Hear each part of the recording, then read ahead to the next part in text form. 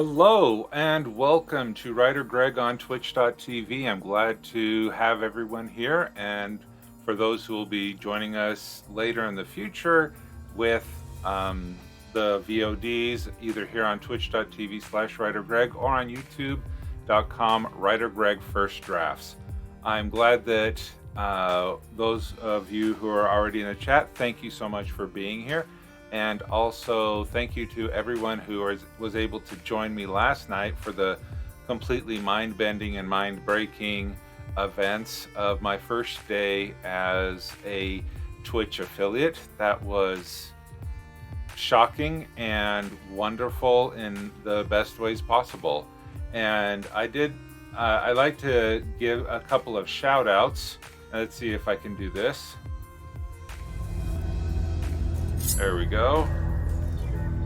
I'd like to thank Moondare and let's see. Let's do this other one.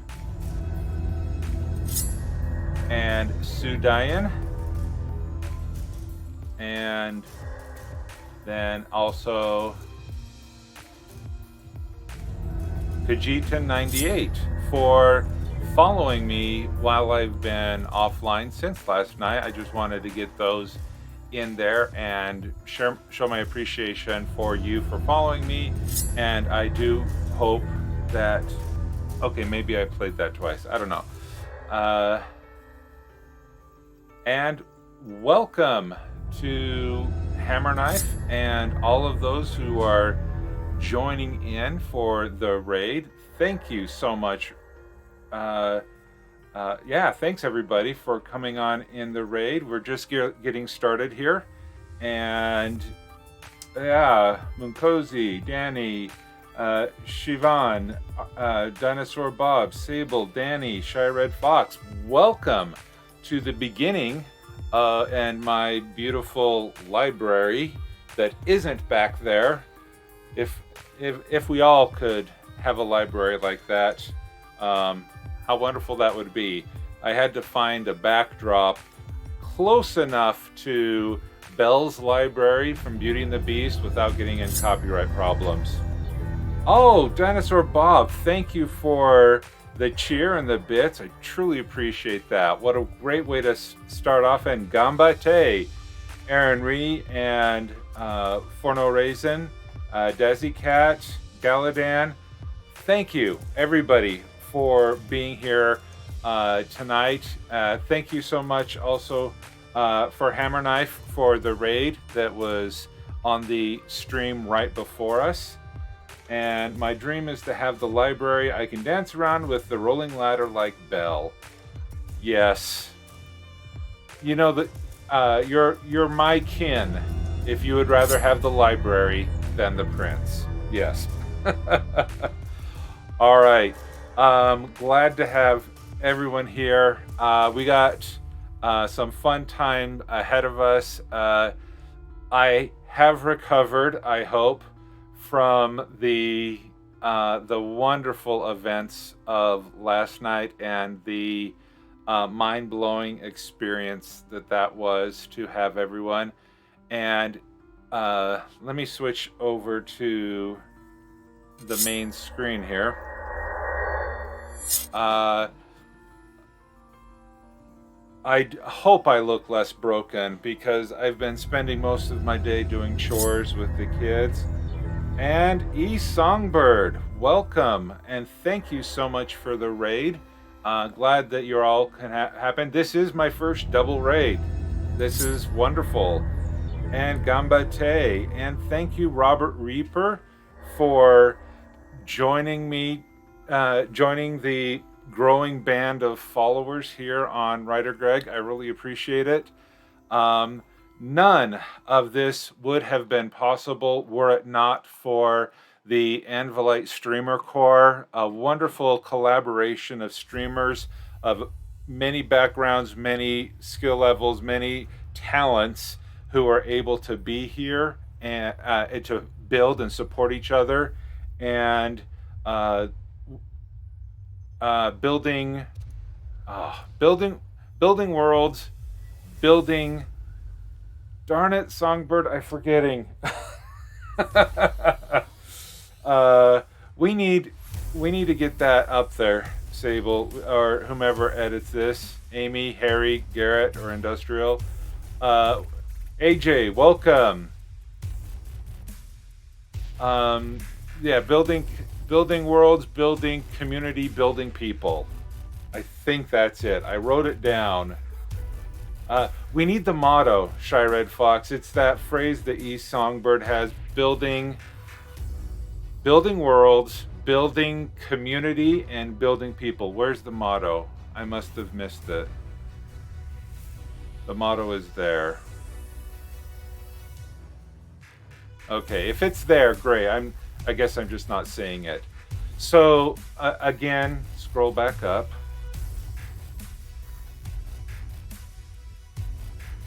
If you're like me, you wrote it down then misplaced the note. I really need to clean this area that's in front of my desk here. Scroll up more.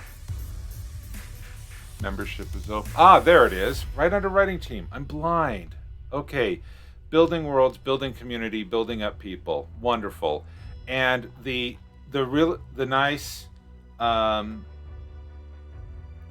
thing that I do like about it is the new feature underneath the calendar where you can pick your time zone, as I have over here on my right of the screen, hopefully your right as well, where you can see who's live and who's scheduled to be here. And so that's really exciting. I did want to share a little bit more channel news. Oh, that's just me. My lovely bride I want to go to my channel. And if you go to, let's make this, okay. Okay, hide me. Go to videos and recent highlights.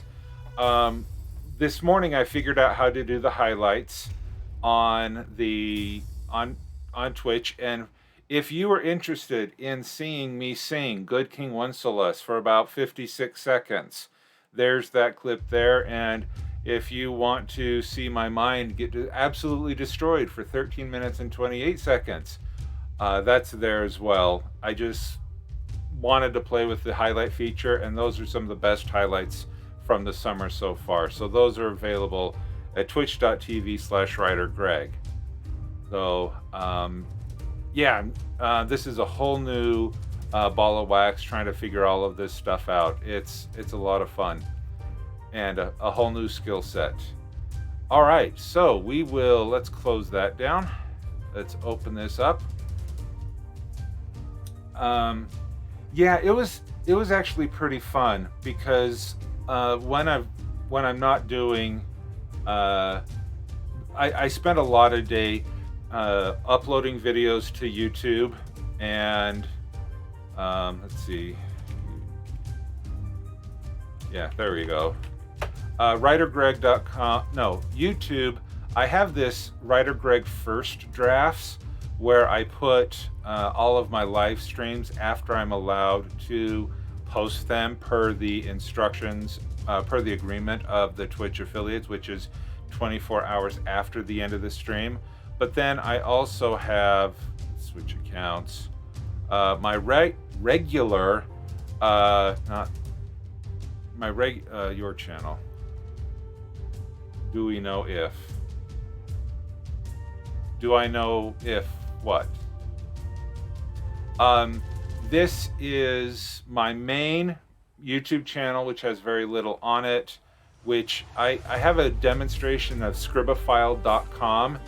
This is the platform that the WorldAnvil chapter of the Scribble Goblins. I'm the chapter leader for the Scribble Goblins on WorldAnvil Discord, and this was a video I created how to use scribophile.com to get and share critiques on online, because so many of us are now offline, or not offline.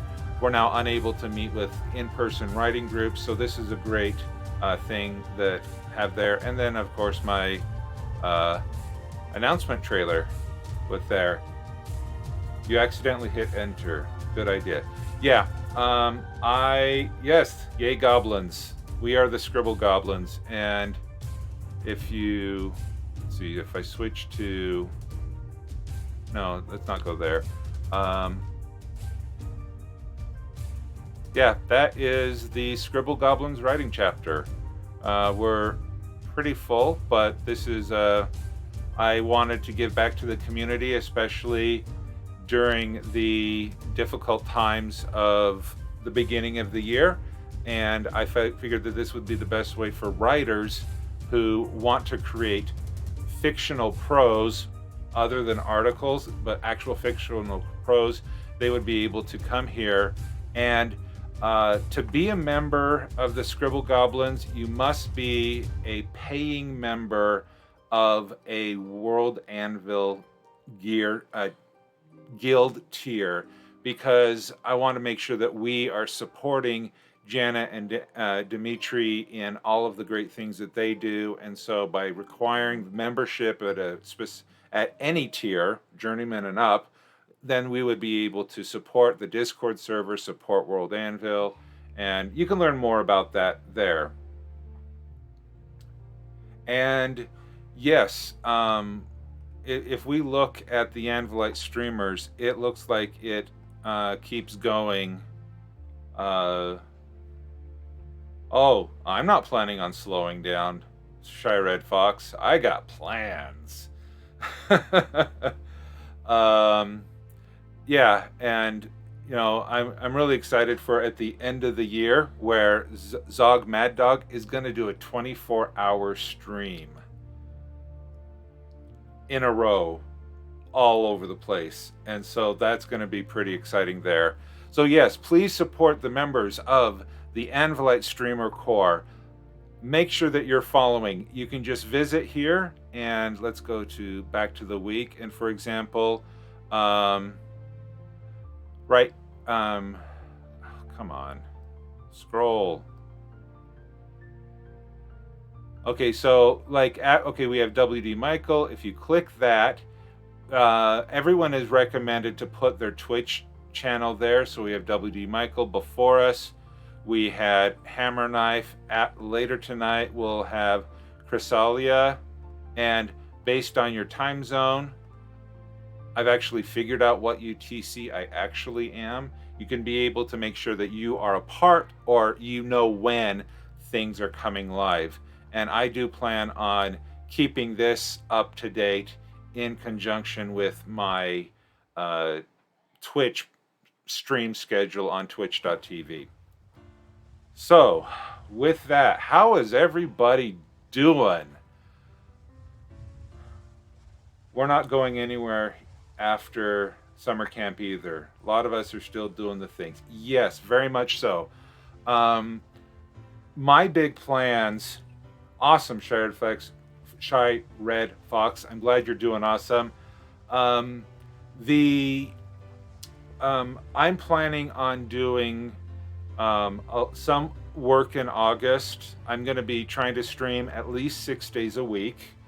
And then in October, I'm going to be doing what's called Preptober, where I build a world in preparation for NaNoWrimo. And I will be planning on live streaming all of my NaNoWrimo efforts.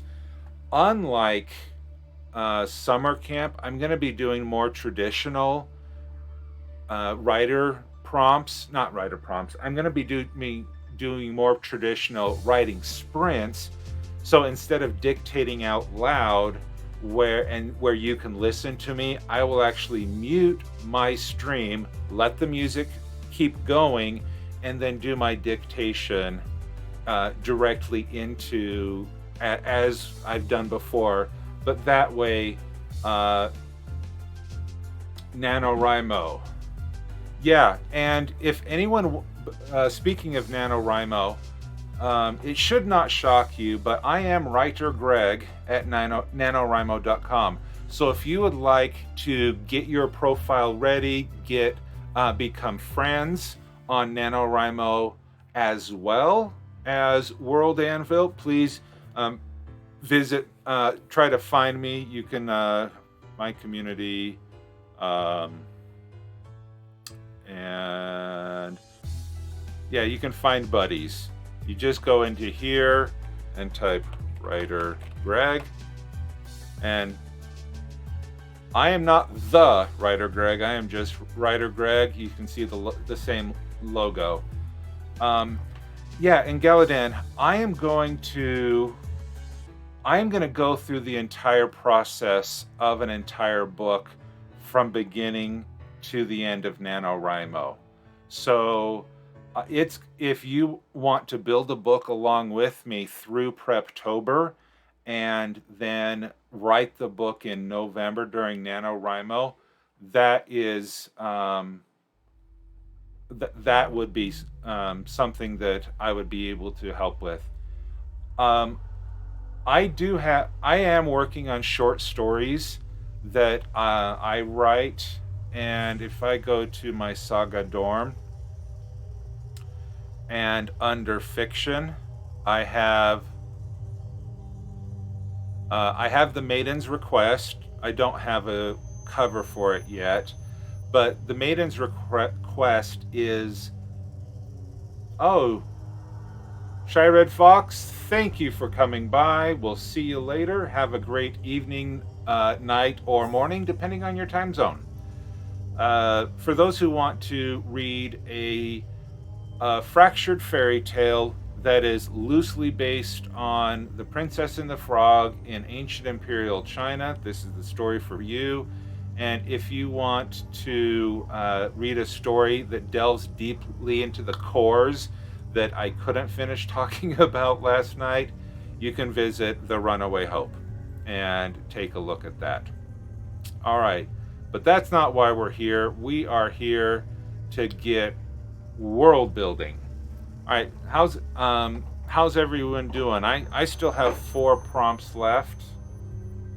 Yeah, NaNoWrimo is Camp Nano. You get to set your own word count, and I set 10,000 to match the 33 prompts of 300 word each, but you can do any of that. Siobhan, thank you very much. I will catch that after the stream. And as demonstrated, everyone can earn channel points that are down here for the lemons.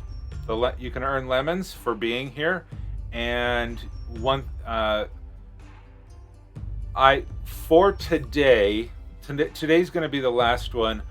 When we go to summer camp showcases, I will not ask you to use your lemons for tonight.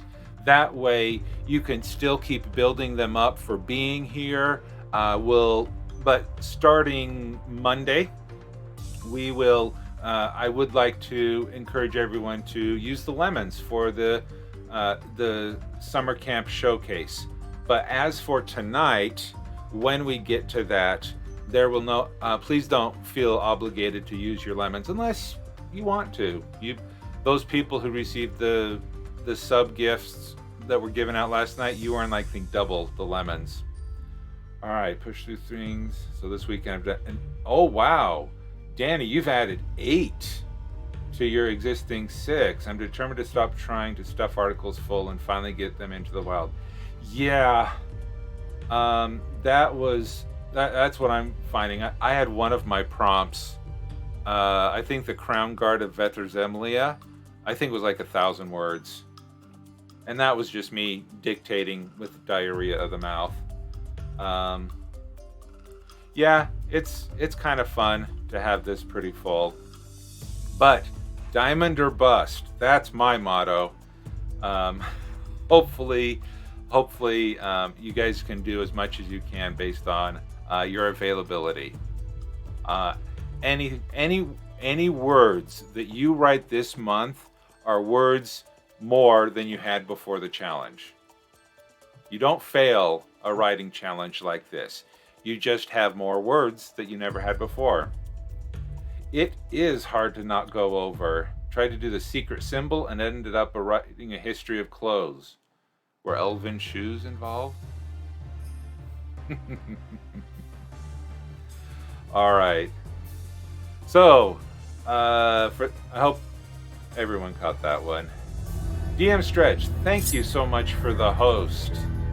Trying to get at least bronze, but having started today in 3 prompts down, I just may make it to silver or gold. Okay, hey, that's a find the goal that works best for you. Oh yes, Dinosaur Bob is. I think he's pretty. How close is Dinosaur Bob?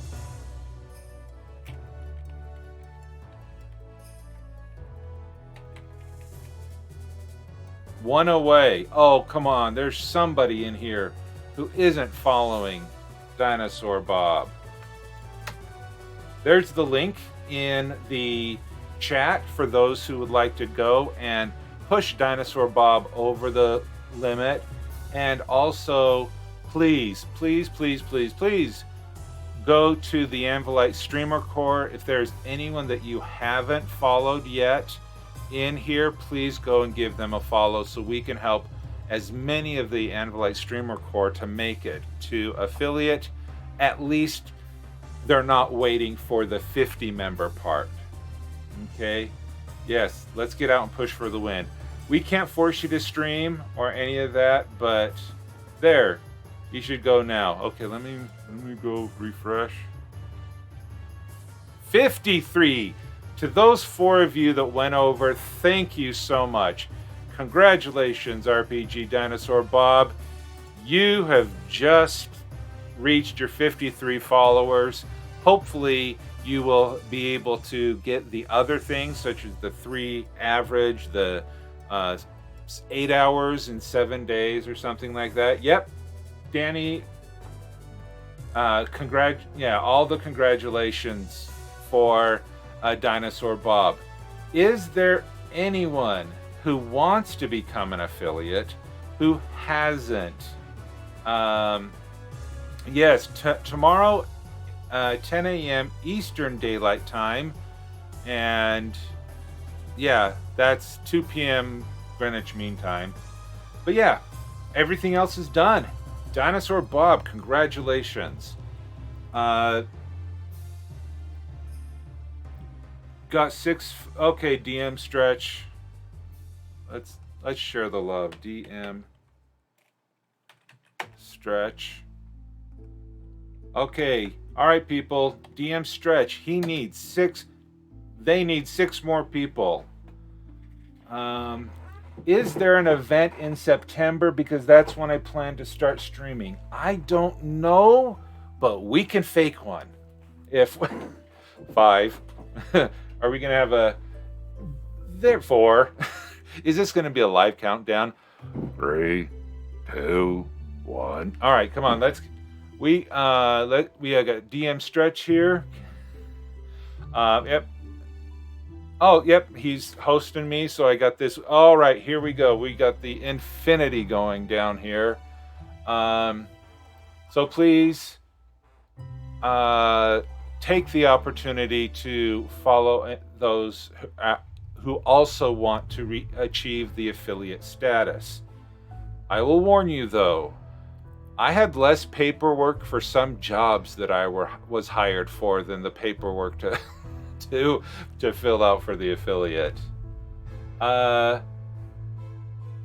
Anvilite Streamer Core event. Yeah, there's no reason why we can't have something. Are you volunteering to lead it? A WorldAnvil event, I meant, but it seems like this community, I'm sure y'all will make your own event. Yeah, I do plan on holding morning writing events. Lorraine, let's not talk about not going back to school, please. It's been summer vacation since March around here.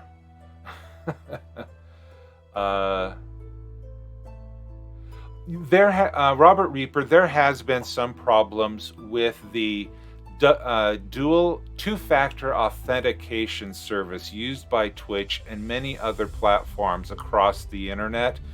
There were a lot of problems yesterday, so it may still be doing to that. How old are my kids? Let's say I have one out of high school, two in high school, one in junior high, and one in elementary school. Let's leave it at that, because I'm perfectly happy that you guys can know, my first and last name, but that's I'd rather not do that with the kids.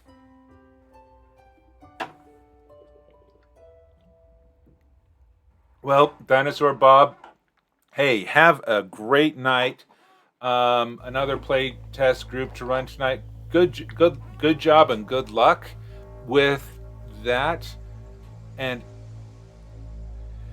it's confession time with WriterGreg, your daily insight into someone who overshares too much. I've never played a TTRPG. There you go. and so yeah, whatever. Okay. Galadan. Oh, same. What? Wanna play? Yeah. True confessions. I know it's almost sacrilegious to say that you've never played TTRPG in the WorldAnvil community. Like I said in previous streams, it was the luck of a Google search that I found WorldAnvil. So I'm so glad that I did. So let us okay, let me switch my accounts back to first draft. Well, and that's one thing that I do love about WorldAnvil, Galadan, is that you don't need to read fantasy. The Infinity Zone. You don't need to read fantasy to write science fiction. Or romance novels. One of my one main group that I was in earlier, I was the only person who wrote fantasy in the whole group. They were all clean contemporary romance authors. So, Siobhan, it was Aaron, Ray, and Sable for you. Okay, they were the ones that converted you and brought you into the fold. All right. Okay. All right. Wow, it's been a half hour. Back to game. Yes, let's get to this. I write history. This was an accidental find. Oh, found WorldAnvil through YouTube. Okay. Did they deride your choice of genre? No, they didn't. They were very supportive of that. I wasn't in my writing career where I had a lot to share or to have critiqued. But no, they were very supportive. It was difficult to find advice on how to build a magic system like what we have here. Bye, Lorraine. Thank you for coming by. That's what you meant by back to game. I thought you meant get to work. Great GM. He has a great channel. Yeah. So, no, I think you can have a writing group of any genre of writers, but it is helpful to be able to, because there are some things that are fundamental: character, plot, description. There are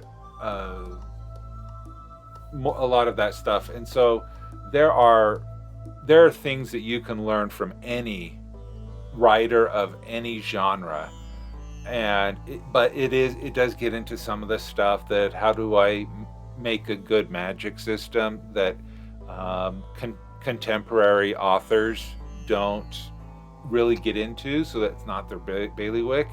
But as far as that goes, it's all good. All right. So it's helpful to have at least readers in the genre critique your work, but all writers have something to offer in idea casting. Very true. Evidently, you joined in 2018. Oh, Aaron, you are a sage. That's a goal, maybe. We'll see how this all turns out. All right. Let's jump into this one. All right. Hey, wherever you start your journey is the start of a journey. Okay, so how do you find that out on WorldAnvil? Find what out? Sable is Inner Sanctum. Oh, wow. Okay. I'm not sure, Dazzlecat, what your question is.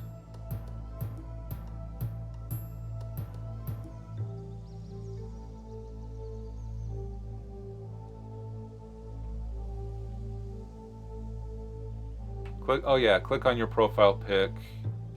Yeah, right click. Oh no, just normal click. Yeah, view profile. And oh, I joined April of 2019. And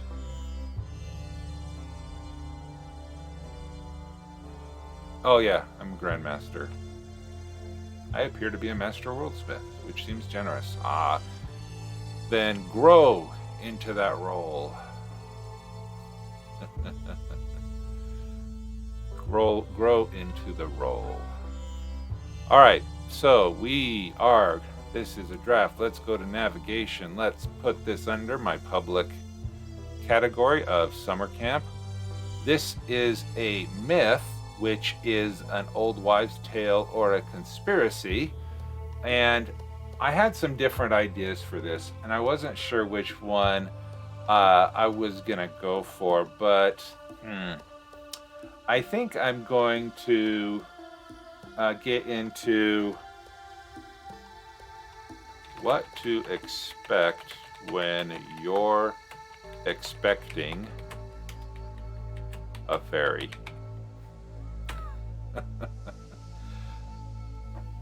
Anyone who has kids may have read this book, What to Expect When You're Expecting, and big notebook is up. Let's save these changes. Okay, so we have summary, historical, spread, variations, cultural in literature, in art,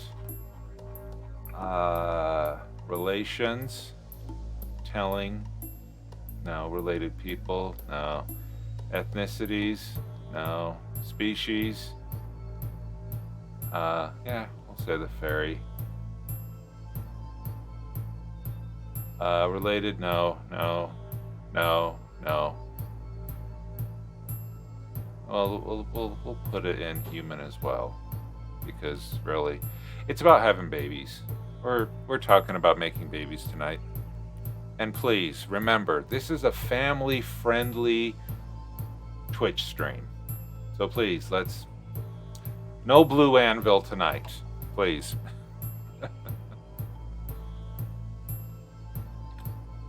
There are lots of myths or old wives' tale to determine the gender of a baby, and I think they're all hogwash, and because I don't think I mean, I've gone through let me rephrase that. My wife, wonderful woman, she has gone through the process of birth many times, and we have 5 beautiful children. And so I'm not claiming any credit to any of that. The best way to turn them upside down and look. Yeah, but that's after they're born. You kind of want to figure, you'd like to know beforehand so you can plan stuff. But for me, I have 4 daughters and a son. So, yeah, that's true. we have 4 bunnies, and no, we have 3 bunnies and a dog, and it was just trying. Well, are they boy bunnies or girl bunnies? Just look. So there's that. All right. So this will probably be a short one that we have here, typing out because of the thing.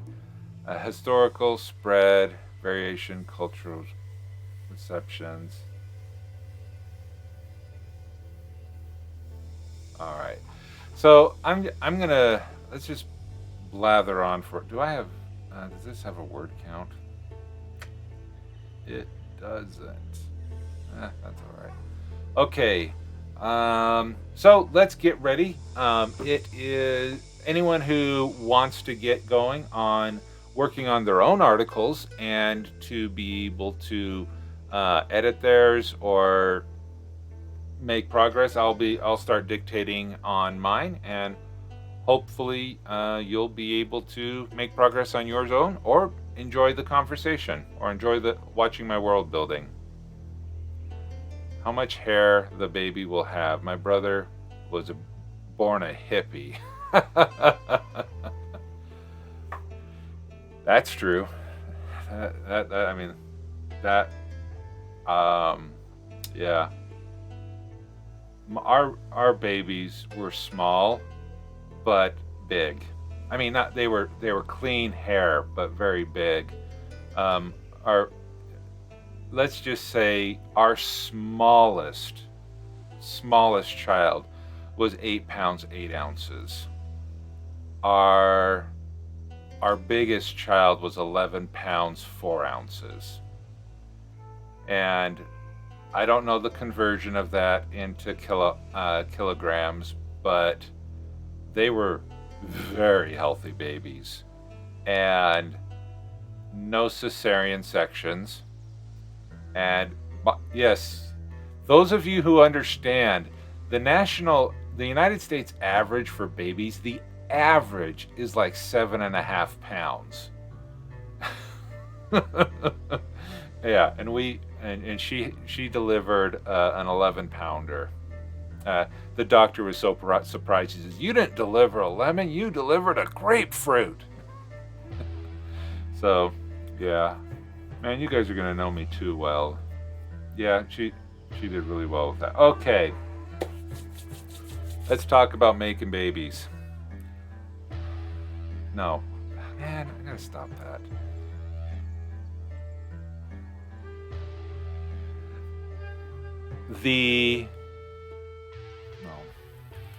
There are no biological differences between the humans and the fairies on the world of Sagadorm, period. The only difference between them is that the fairy can perform magic, whereas the human cannot, period.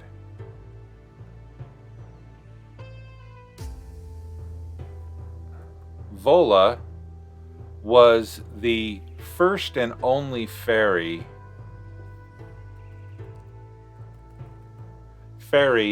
to be created during the events of, the Runaway's Hope, period. Yeah, you're right, Robert. I need to train that. Because I've had that problem multiple nights, and learn a new word or phrase. Oh, fairy. I want to train the pronunciation. Okay.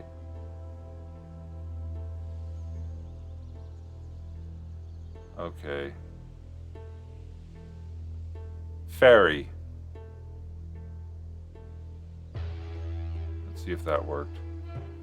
Fairy. Oh. Fairy.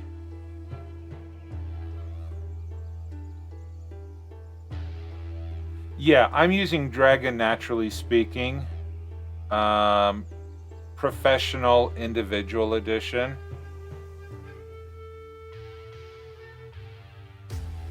And oh, you can't. Oh, that little dialog box didn't pop up for you. Sorry. Yeah, Dragon Naturally Speaking Individual Professional Edition on the Windows platform.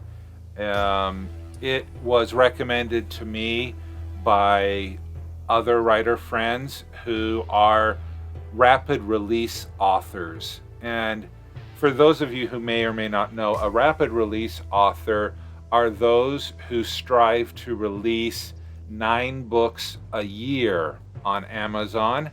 And usually they're between a novella and a novel, so anywhere between 50 and 75 or 80,000. Yeah, it's a lot. And so what they do is they literally dictate their books. And then they go through and clean it up, edit it, and then they rapidly release. And the idea is, if you follow the philosophy of 20K, no, is it 20 to 5K, I think it is, you need to have 20 books on Amazon to be able to start making $5,000. And 20 to 50K. Thank you, Sable. It's a very it's a philosophy of, you need to if you can get your book 80% the way there, then that's good enough, because you can spend 20% of your time to get a book 80% of the way there, but then you're going to spend 80% of your time to get your book the last 20%. And there's never been a perfect book. There's always typos, there's always things. And if you can get your book entertaining enough, and you can get it 80+% of the way there with maybe 2 rounds of edits, a line edit, and then a copy edit, then your readers will like it well enough to be able to buy a 99-cent book on Amazon, and then the sequels for $1.99 throughout your series. And you usually have 4 to 7 books in a series, and you rapidly release them so that by the time they finish reading one book, you have the next book out.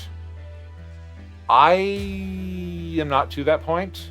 I don't know if I want to be at that point. I'm not really sure where I want to go in my writing authorship, because I'm doing this for fun. I'm doing this because I'm tired of writing technical emails all day long, and I want to write something fun. And yeah, the editing dictated work, like this problem that I'm having with the word fairy, is a challenge, and you have to really go through a detailed, but it is a learned process. Yeah, it took me a couple of months to get used to dictating it, and I would only dictate at 5:30 in the morning when all my kids were asleep, so they wouldn't hear my stories and all that stuff. But yeah, you get over it, and it is a process to do the period, the comma, the new line, and all that stuff. But for me, it's worth that investment, because you have to be stupid before you can be smooth. And what that means, stupid before smooth, is, or rough before smooth if you don't like the word stupid, is you will do things stupidly before you can do them smoothly. And that's what summer camp is all about. We're all here being stupid on the internet together and just putting that stuff out there. And those of us, myself especially, who are still in the stupid category, should not compare ourselves to those who are in the smooth category, those who have beautiful articles, well-written articles, because my articles are still very rough, but they are done. And that's what's important. I feel my roommate would hear me and be like, what? Well, yeah, you never look at the internet history of a writer, because they would be mistaken for a serial killer. Moncosia, well, thank you so much. I will try to stay awesome. that presumes that I was awesome in the first place, because I've never met a dad joke that I don't like. So anyway, hey, have a good one. Okay. And this is why, I may be able to go faster dictating, but I love taking tangents with everyone here.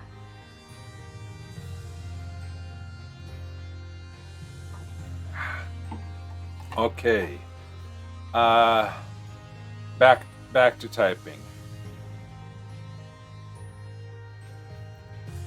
I never met a dad that I did not like. That was a joke. I tried to catch a cloud, missed.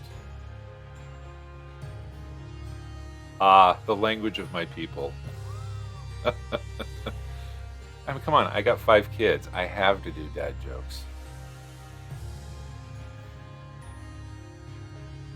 As Vola was the only fairy, comma, there were no other... Knock, knock. Okay, who's there, Siobhan? Dwayne? Dwayne who?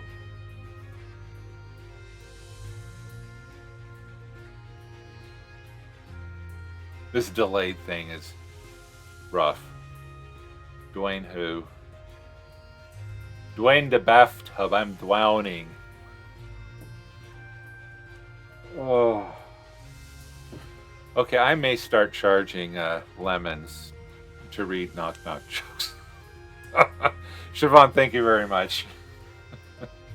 But seriously, if I'm going to get any critiques done tonight, I need to get my article done. And like I said, anyone who has critiques that they would like to have critiqued, do not redeem your lemon channel points tonight. I want people to be able to build that up and have a nice buffer before I start enforcing that on Monday. And we'll go until WD Michael starts his stream, and that time varies. So let's get this article written. Okay.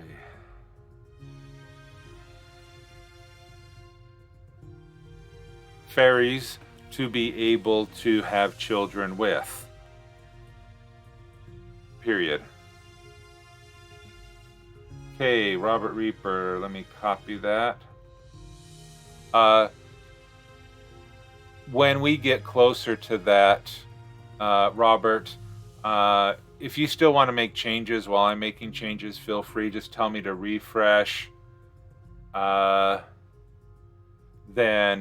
what we can do is then tell me what kind of critique you want. And tell me, is this for RPG or is this for prose? The live fiction critique, but not sure how to send it to you. Okay.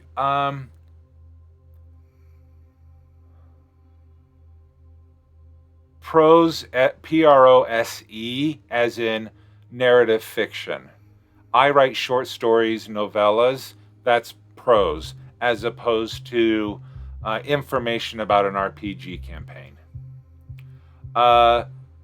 Siobhan, what I thought I put in the description of that live fiction critique.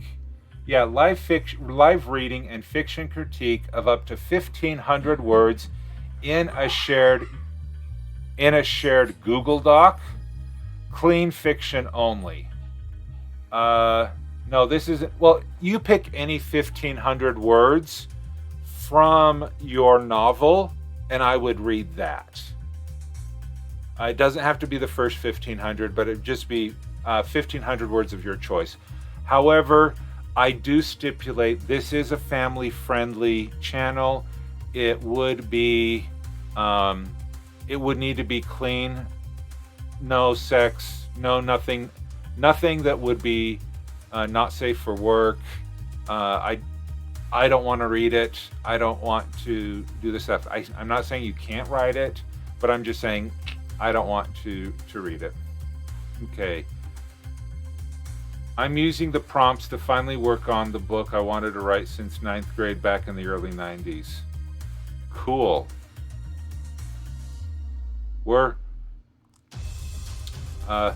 High school in the 90s was a fun place. My kids, they laugh at my yearbook pictures. That's why I hide them. Okay, back to it. Okay.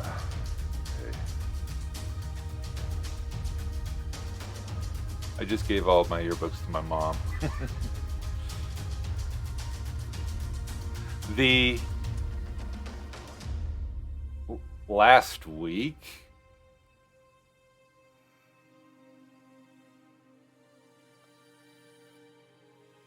Greg Lemon with no.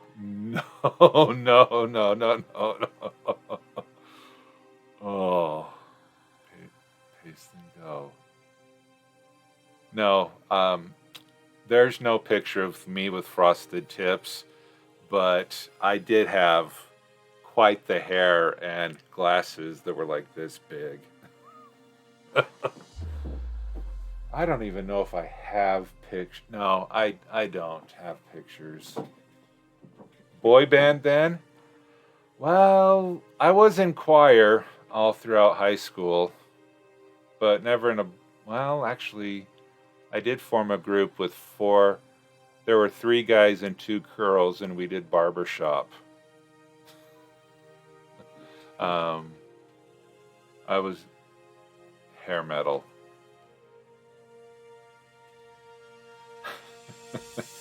No.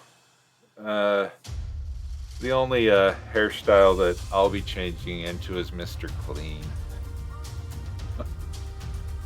Okay.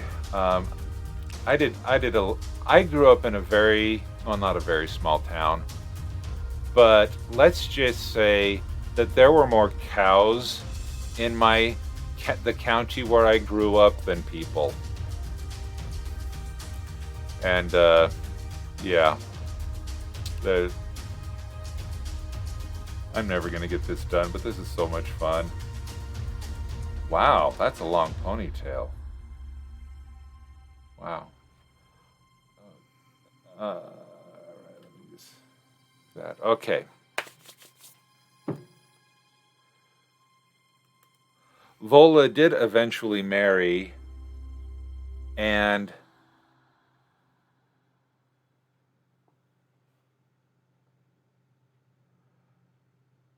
okay,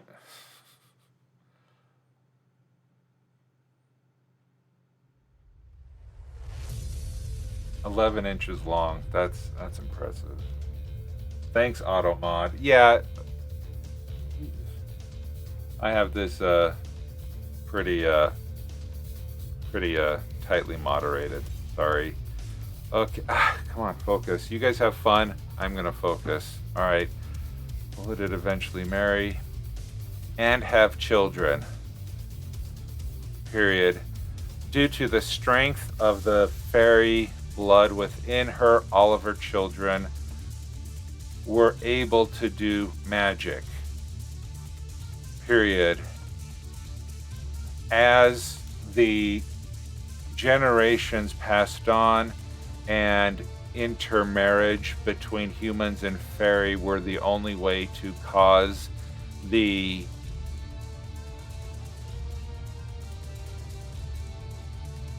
magic to propagate throughout the world. The ability to do magic was spread through birth. Period. During the time of the Fairy Council, comma, the potential for a child to be born a fairy had increased. Period. while there was no ability to determine genetics at the time, comma, it was well known that if you had some fairy blood within your ancestry, comma, your child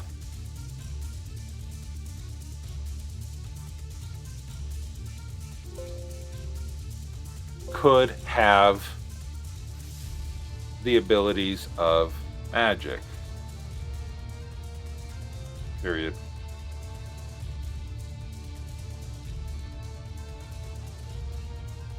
Child.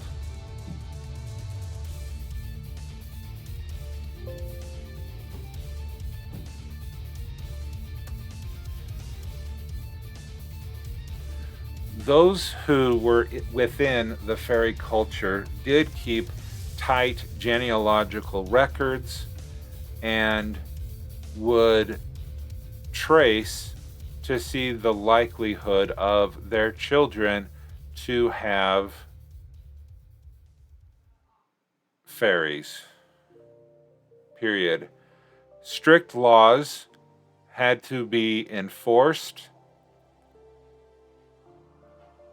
in marriages to make sure that there was no interbreeding or problems where close relatives married and had children. Period. Non-magical humans of lower classes did not have extensive genealogical records. Period. Their children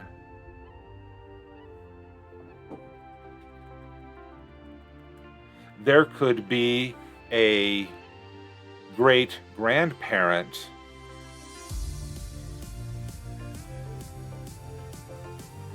a single amongst the 8 great grandparents, and the child would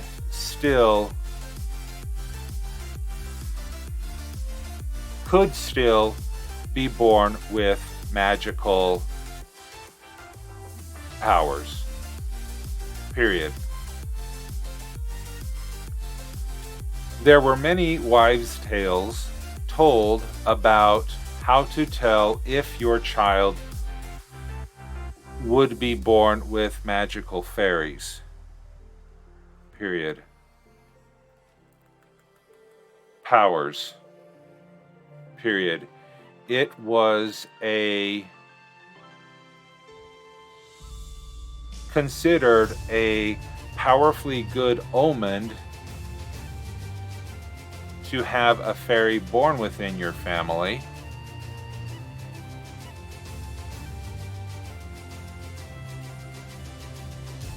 Period. The genetic traits of the fairies is neither dominant nor recessive, comma, but it is unpredictable. Period.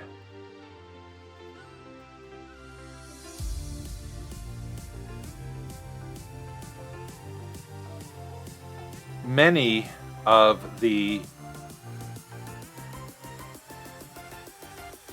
families across Sagadorm believed that having a fairy child was considered a great blessing from Sagadorm, comma, the metal dragon.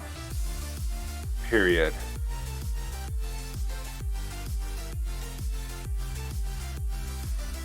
In some situations, comma, it is possible that a child of 2 fairy parents and even 4 fairy grandparents could be born without magical powers.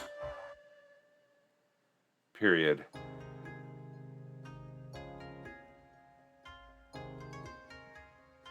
These families did their best to ensure that this child would still have a good place in society, and period. Unfortunately, there was some shame in being a human born descendant of fairies.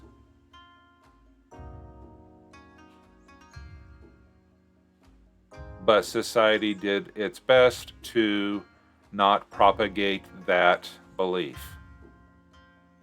Period.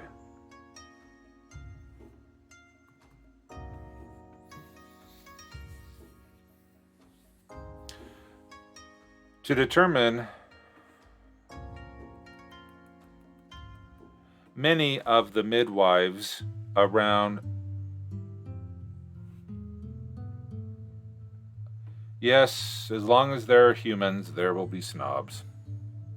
And the reason why I did put that in there was because what a great story that could be is, well, the Neville Longbottom, or the non-magical person, or a squib, you could say, and the struggles that they have and the things that they have to overcome. And that sort of conflict is a good man versus society. They say there's only 7 stories: man versus God, man versus nature, man versus self. But there's also man versus society, man versus technology. And having a human born of fairies parents is a good man versus society story that gives a protagonist a handicap, and maybe shouldn't use that word, gives them an obstacle to be able to overcome. And so when they overcome that obstacle, their success is even more. So I'm glad you guys are talking about hair, because I don't talk bad about my hair because I'm afraid it will leave.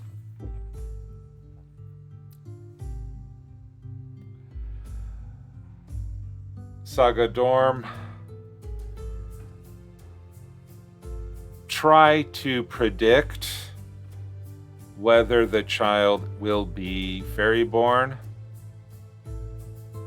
Period. This could include how high or low the baby bump is while the mother is pregnant, or how quickly the baby drops in the last weeks of pregnancy before delivery. Period.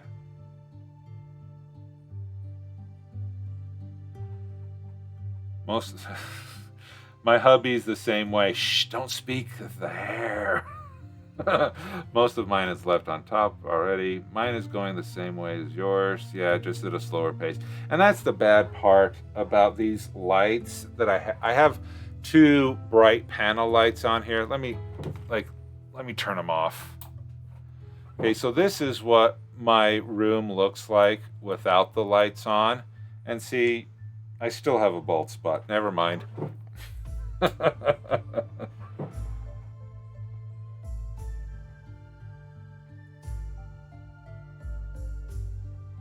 Siobhan, create a Google Doc, set the security to whoever has a link, and if you are you on the WorldAnvil Discord? If so, I'm WriterGreg on WorldAnvil. Go into the Anvilite streams where I make the announcements, right-click my name, and share a direct link. or share a direct message, then I'll be able to get that.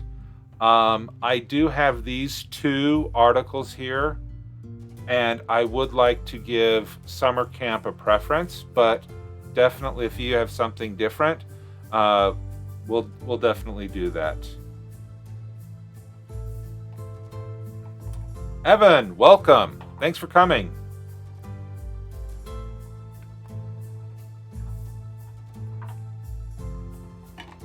Okay.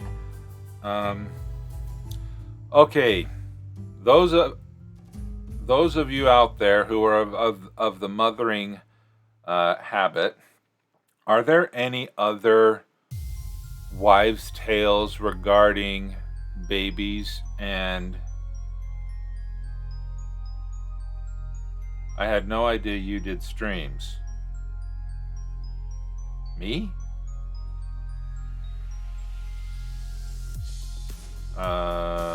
Yeah, there's a lot of the people in here are doing streams. Oh wow. Yeah, I'm really enjoying it, and welcome. Follow, throw a follow in there, and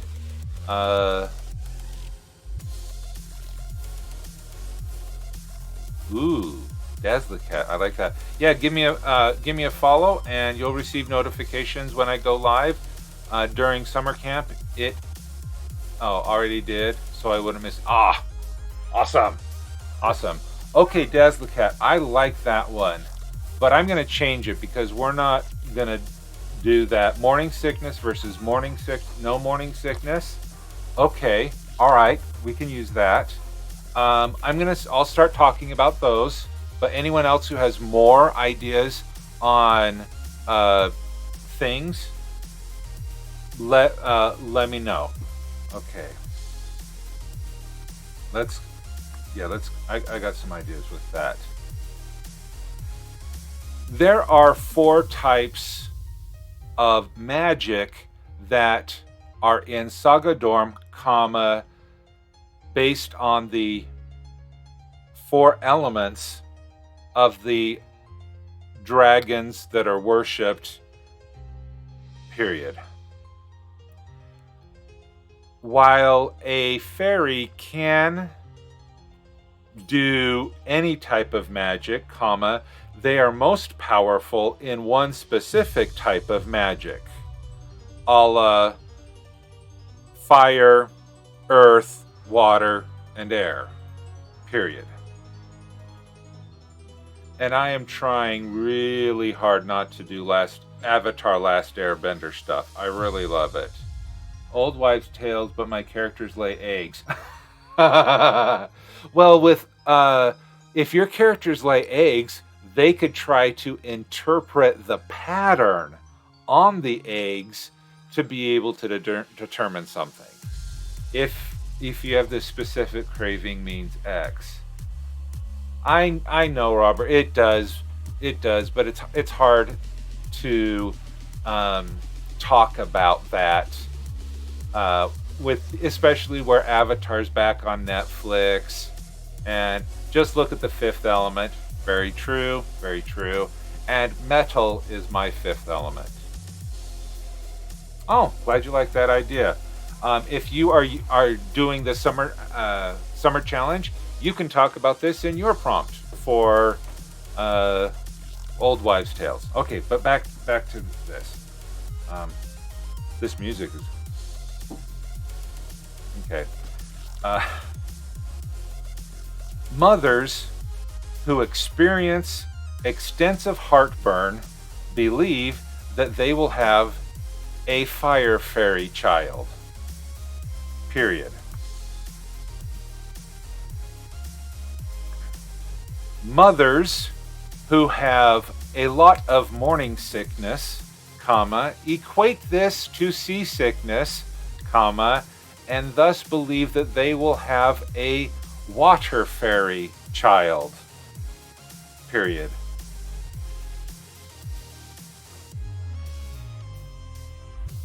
Mothers who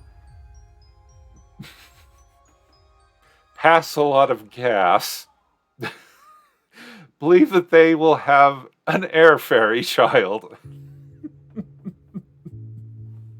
Period. New line. Mothers who have a child that kicks a lot, comma, believes that they will have an earth fairy child. Period.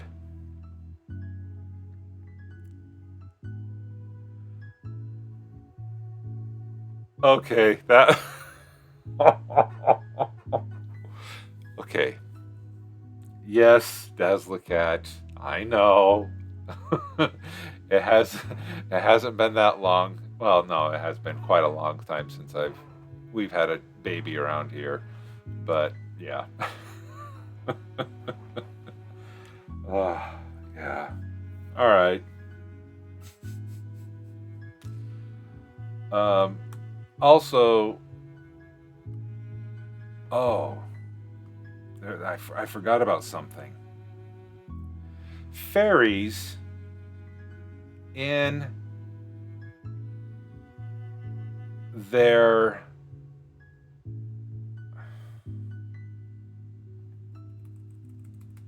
have a natural glow to their skin.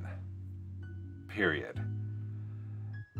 They are easily identifiable in a very dark room because you can see them sort of glow. Period.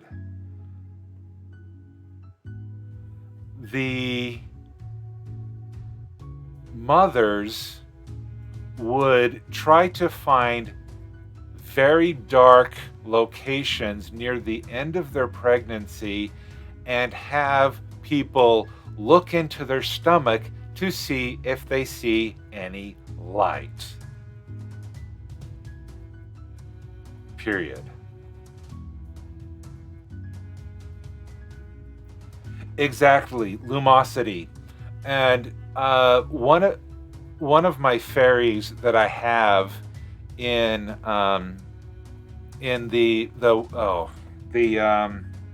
the Maiden's Request, she is a water fairy, and I never explicitly said, but I did say that she kind of glowed. And so I need to remember what I wrote, because sometimes I established a rule in my story, but now I got to make sure that I get it into WorldAnvil to remember it. So yeah, I do like to see if there's any light, because that stomach, especially on the first pregnancy, gets stretched really thin. But I'm not sorry about the gas. No. When I can laugh at my own jokes, that's awesome. Okay. I think that is definitely over 300 words. All right, so we will go. Let me just update the article, and we will get that into Scribifile. Not Scribifile. We will get that into Sagadorm and Google Drive, because my main computer is a Linux computer, and because I love open source and I'm cheap and I don't want to have to pay for operating systems or software. And copy, paste, thank you. And so my main computer is Linux based. So, but there's no, believe me, I tried to find a good transcription on the Linux operating system, but Dragon is just too good to give up. All right, save changes. So I have to use this workaround to get it. And the problem is dictating straight into an app that isn't Dragon Naturally Speaking is a challenge. Linux Mint. I am using Pop OS, as you can tell by the that thing. It's one of the default things that came with it. Pop! OS is a variation of the GNOME Ubuntu operating system that is specially built by System 76, who builds their own computers and has their own operating system. And I bought my new computer from them, and I thought I'd give it a try. Jury's still out. I might go back to Ubuntu, but I only update LTS releases. I don't do the every 6 month thing. Okay, so metadata. 634 words, gas and all. Okay, let's go to NaNoWrimo. Open that.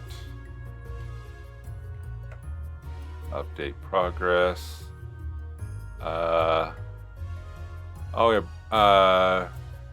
Yeah, I will. Yes, thank you. I will take care of that afterwards. If I don't do it on stream, I'm gonna forget it, because sometimes I'm so brain dead after this that I have to make sure. Let's see, did it? Yep, what to expect when you're expecting a fairy. I like that. I really need to do a lot of cleanup on these things, especially since I'm dictating. And those wonderful streamers out there who critique people, this is why I'm not posting them, because I haven't gone back after the thing, and man, the grammar check would be a killer. Okay.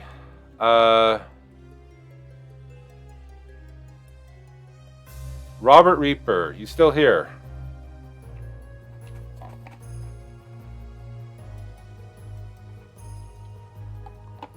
Wonderful. Okay. Now I am going to turn off. I find the music a little too distracting when I'm reading, so let me turn that off. All right. And let's go back to the scroll back. Anything specifically, any feedback that you were specifically looking for? And is this an art? No, didn't you say it was? This is your book from the 90s, right? Okay. Relics of the Immortal Beings. The items are believed to be powerful objects that the immortal beings would wield. The objects themselves are books filled with powerful spells and magic. Each voice cracks. 30 years later, and the voice still cracks. Each book powers its tower and holds the spells necessary to build or rebuild a world. Each of the 8 immortal beings used their books to create and moderate life upon the world, until they had to use up their life force to banish the dragons and Draconos, so the rest of the world could prosper without living under the cruel rule of the Draconos. Only a few species of the world have found and reactivated the relics. The gnomes have used it to move their tower into the sky to protect it, while sharing knowledge granted by the book to their people in the form of steampunk technology. That's Dragon Chronos, i.e. time.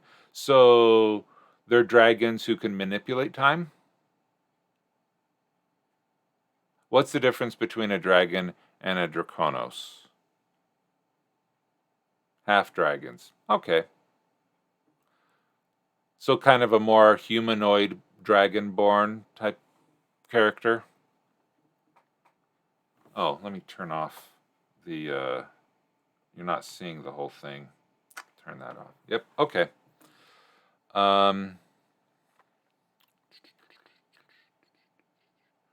The elves used their relic to overrun their region with life, which acts as a natural barrier to their enemies. The Magre use their relic for learning powerful and deadly spells to use against their enemies and rivals. The Shadow use their relic for deception and control, including forcing the Elvens, Dwarven, and Gnomish nations into a three-way war that lasted 1,000 years.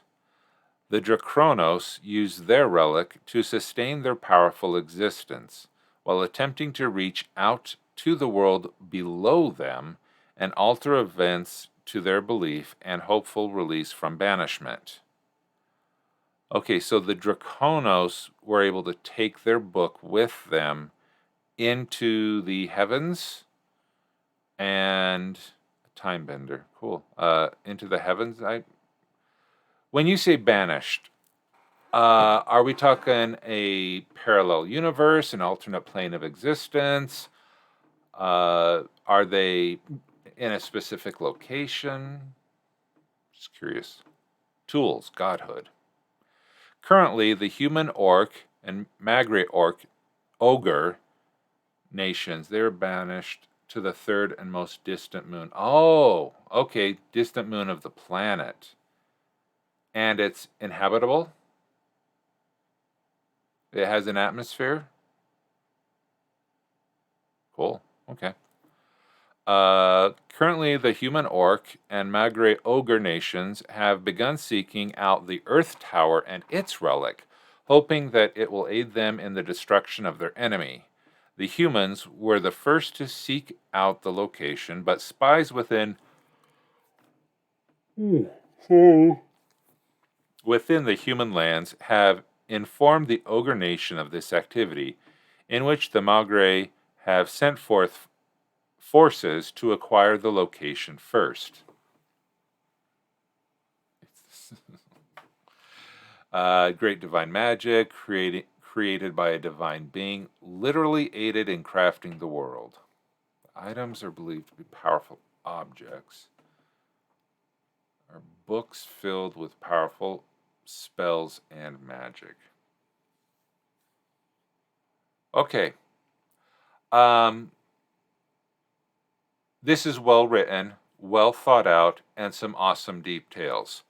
I would hope that you would add stubs in here so that you could expound this on either into other prompts or into other articles. For example, there should be an article on the 8 immortal beings, on the dragons, on the Dracronos, the Magre. Yeah, definitely need to link to other articles. And that's something that I need to do because I couldn't put that in while I was going along. The war.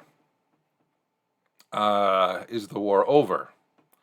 Is it, how long has it been over? Is it still going? That'd be interesting.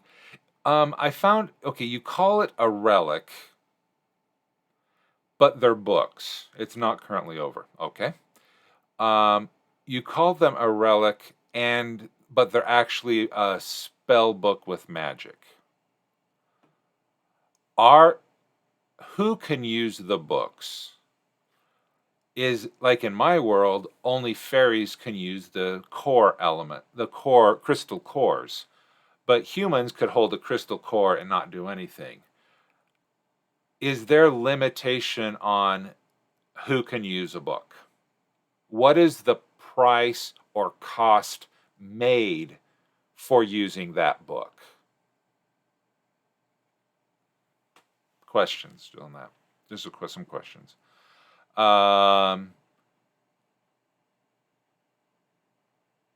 really like how you've defined the magical source for steampunk. I find the world in general doesn't know that they are books. Anyone can gain access to the books if they are able to find and reach them. Okay. Is there any training required? Or they boof Gandalf? Most of the towers are hidden. Okay, except for the one that went up into the sky. Gnomes. Yeah, the gnomes in the sky. Are there limitations? What is the cost of using the book? Yeah,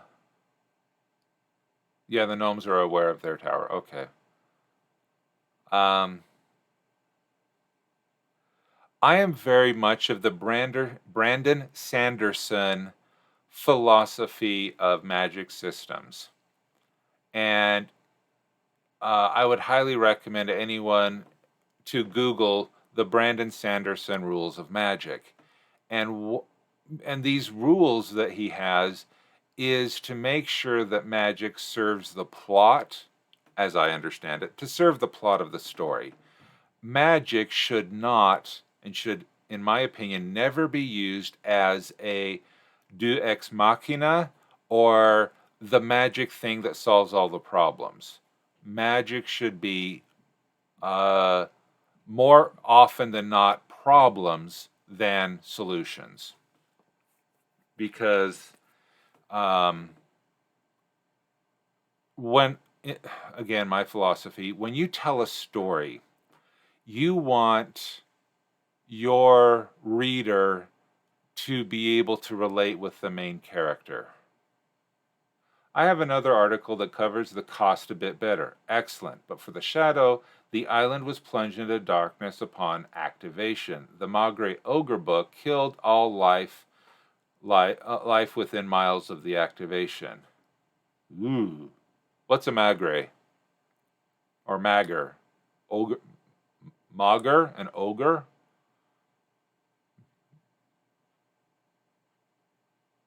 Yeah, you'd need...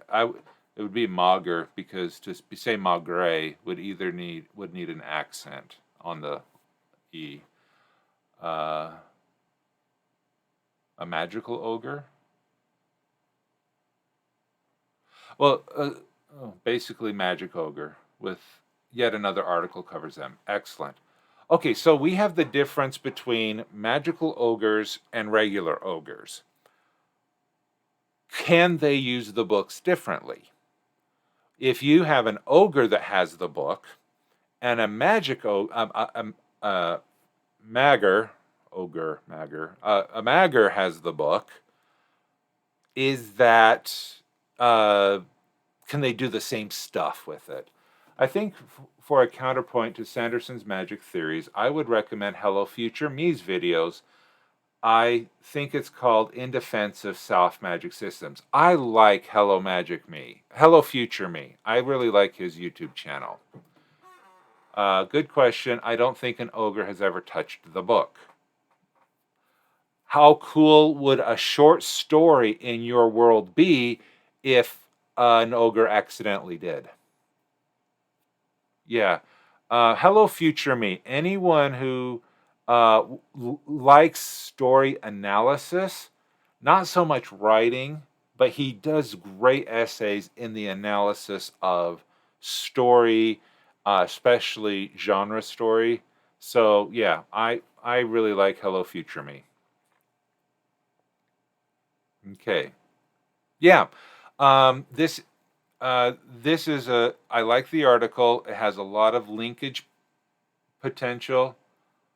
Magre instead of what I was calling them mager. I like magre better.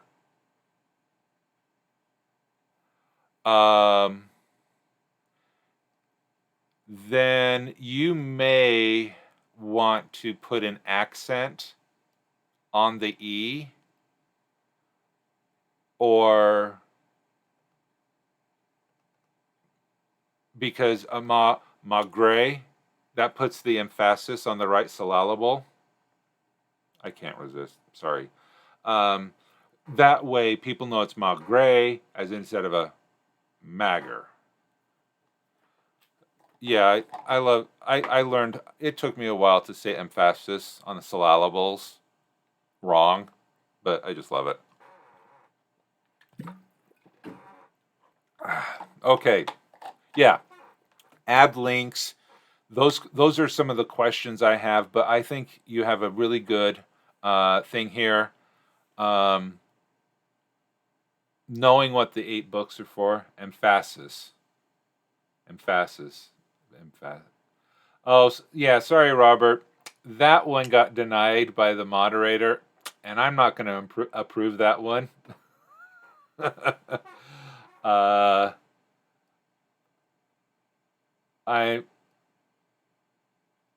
Yeah. Yes, I can read it. uh, okay, great job. Good job on the article. All right. Dazzlecat. Yeah, you're here. Okay. Eeps. Robotos to JLO. Oh, goes to JLO. No, I don't have a jail set up yet. Let's, because I don't think any kids watch my things yet, and I intend, yeah, we'll see what happens. Don't abuse the privileges. All right, the Grand Archives. Okay. Pangorio.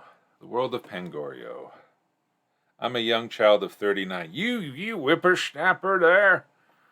You young whippersnapper. I swear, we saw, we were out and about driving, and we saw these kids behind the wheel of a car. They looked like 12. Okay, the Grand Archives have existed for 5,000 years.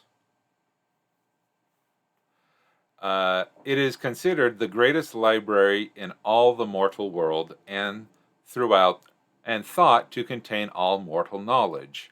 Having been around for so long, all peoples consider it the maker of civilization.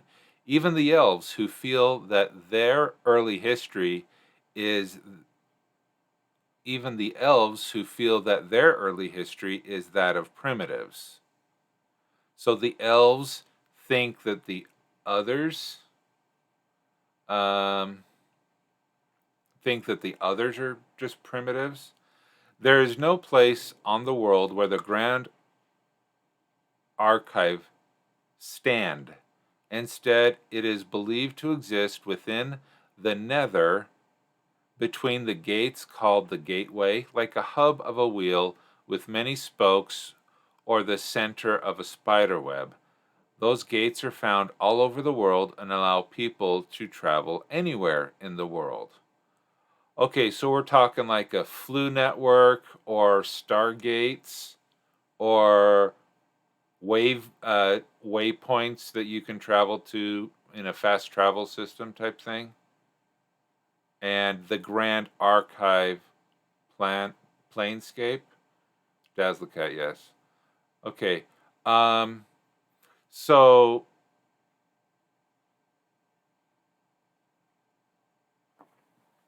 let me make this a little. Whoa.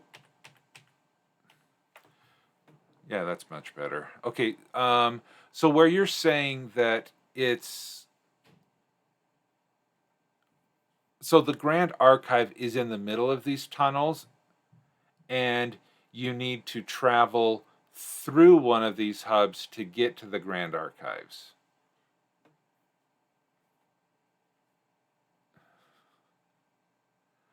Okay. Beneath the many floors of tomes, scrolls, journals, and tablets are the vaults, which hold historical and magical artifacts, first editions, and original texts. The clerks who work in the vaults find it amusing that everyone else considers the vaults a part of the Grand Archives, when in fact it is the Grand Archives that are a part of the vaults. That's a nice bit of characterization, yeah. These clerks do not correct this misconception, as it is a great way of protecting them and the things they contain.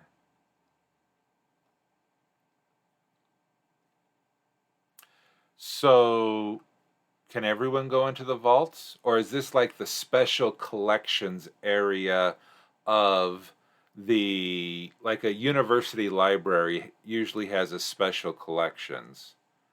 So, is the vault like the hidden special collections, or can anyone go into it? Well, can everyone go to the Grand Archives? I guess that's a question too. From the time when ageless dragons wielded godlike powers until now, where dragons are as mortal as every other living thing. Special collections area. Cool. The vaults have existed as the storehouse of the gods. Few mortals, even the clerks working within the vaults, know of the God Vaults section deep within the restricted section. Okay, so we have layers upon layers upon layers. Even fewer have actually entered the God Vaults. The closest to get to the God Vaults is the Chamber of Gates, where the head clerk of the vaults, called the librarian, crafts the most important artifacts for the High Guild of Magic. The Heartstones. The Magi of the High Guild of Magic control the gateway and use it to control and manipulate the realms of the world for their own ends. I'd change that to means, for their own means, but that's me. It is with the Heartstones that turn into the gates that connect the places of the world to the Grand Archives Plaza, which contains all the existing gates, a place more commonly called as the Gateway. The Gateway has been vital to all the world since the first gate was crafted 5,000 years ago, which led to the Grand Archives, which led to the Gateway. A perpetual question of which came first has driven some mad trying to answer. I like that. That's a fun chicken and egg ponderance type thing.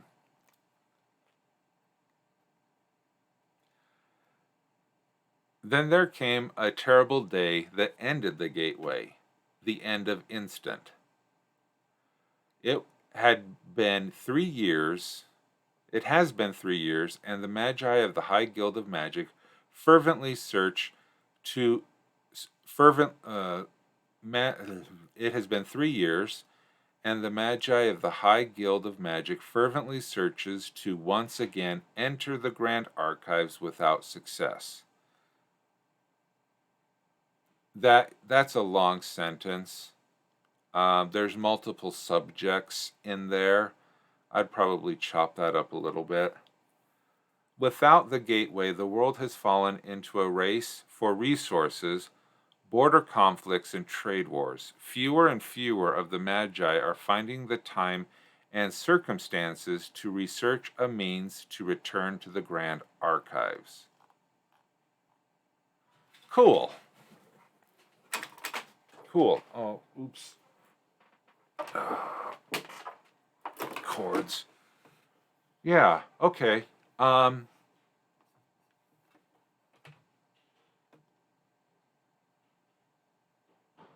Crash. Yeah. I put my foot down and it caught a cable. Yeah, let's see.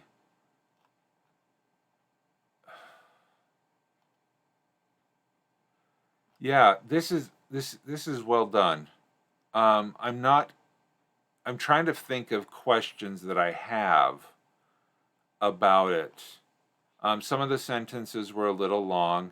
This thing about the elves and the thing history, I do like the fact that you talked about which came first, the Grand Archives or the Gateway. But there's definitely an answer to who was the first person that went into it. Would there not? Or the first person to come out of it. How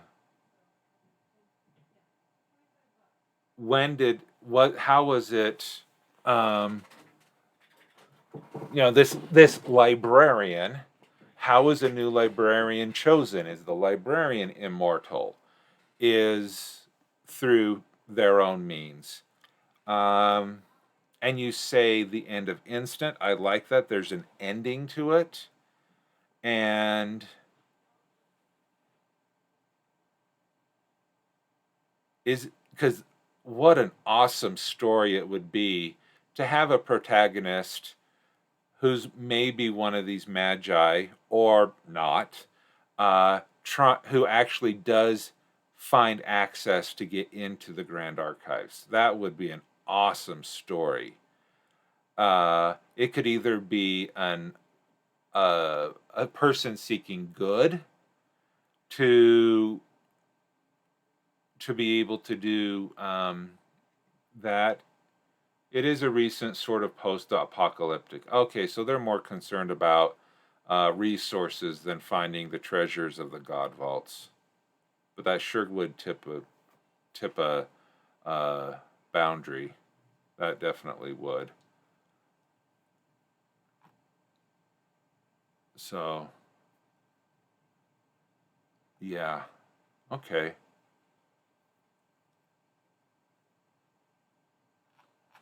Sort of post-apocalyptic. Yeah. This is done well. Short, but you have links in here. This first paragraph had me a little confused, and I had to ask those clarifying questions about the function of the Grand Archives. Which prompt was this? Was this the repurposed building prompt?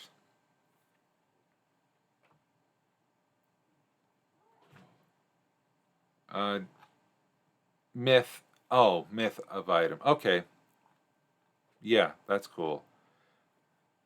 Yeah, good job. Good job on that. The item being the vaults. Ah. Okay. Is this an RPG or for a novel?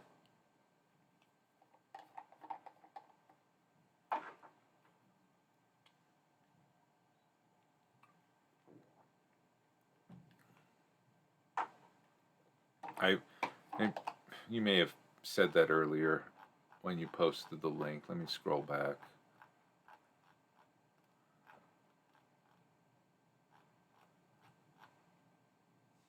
Myth of item prompt, point out anything. It's for a campaign, world, and fiction. Okay. Might have a campaign. So let's talk about, okay, from an RPG point of view. This is too cool of a place to go unexplored by your adventurers. If they hear about this place, they're going to want to go there, and they're going to want to get into it. The question is, do you want them to be able to get in there?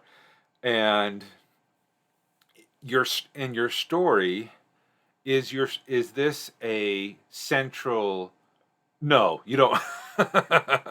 Don't let them in there. Yeah. Because if you don't want them to get in there, that's totally understandable. Then the question is, for your novel, is this going to be a major plot point within your novel, or is this a just something that's out there? Because if this is not going to be a main plot point of a novel, or like the plucky hero that goes in and tries to find the Grand Archive, if you're not making the Grand Archives a big thing, I think this is sufficiently long with sufficient detail.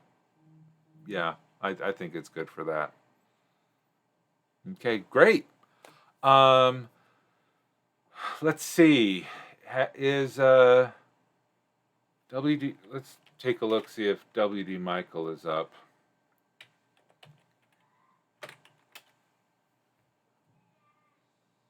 Nope, he's still offline, and looks like he's Roll Society is there with playing some games, so that's not really WorldAnvil-ish. My issue is that my world is big enough with different plots that I can't see it only as one book. I have that same thing. So if there is anyone who has another... Wait, he just went live. Okay, never mind, sorry. We will then... I'm working on a trilogy. Ooh, that sounds fun. All right, thank you everybody very much for joining me tonight with this stream. We will be rating W.D. Michael. He is 7 books, 1 for each tower. Oh yeah, that that's definitely thing. Not getting my prose read or critiqued. Did you send me the link? Dude, right there. Sorry. Okay. Nope. I made that promise. You're right. You called me out on that. That's it. No, I want to do that. Okay. Yeah, let's do this. Usually WD Michael does he doesn't jump off the bat. So, very much, Siobhan. Thank you so much for reminding me on that. Yeah, sorry. Sebastian arose from his bed full of trepidation and excitement for the day ahead.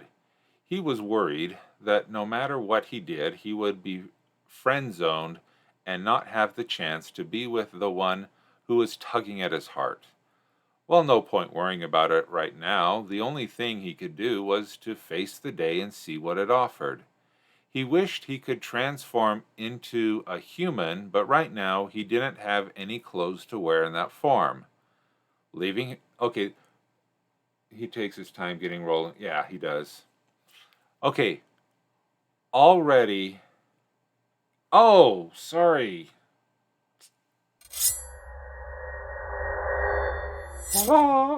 Okay, control. Let's make this. No. See, I was saying this is a good thing because, okay, is this the starting of the story? Is this the first thing you read in the book? Because I like that. Wait, transform into a human? No, it isn't. Okay.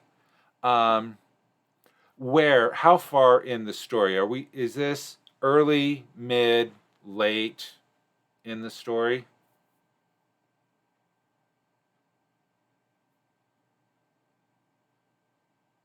Still early. Gotcha.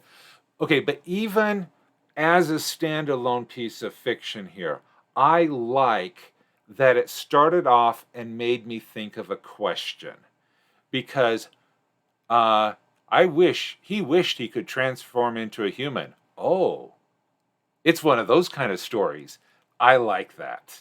It gets me interested into a story. Um, but he's leaving his room. He lives in a room, so I even though you told me he's a dragon, I still don't know what form he's in. But maybe people who read the part in front of that already know that. So yeah, that's okay. Leaving his room, he reached out with his senses to discern where everyone was. Sergi was still in bed. Eldrick was out in the chicken coop gathering eggs for breakfast. Knowing that there was no one in the house, he headed to the kitchen to start preparing breakfast, grinding the oats and wheat that were still whole to make flour. He decided that making bread and flapjacks to go with the eggs. He also grabbed some of the sausages and began frying them up.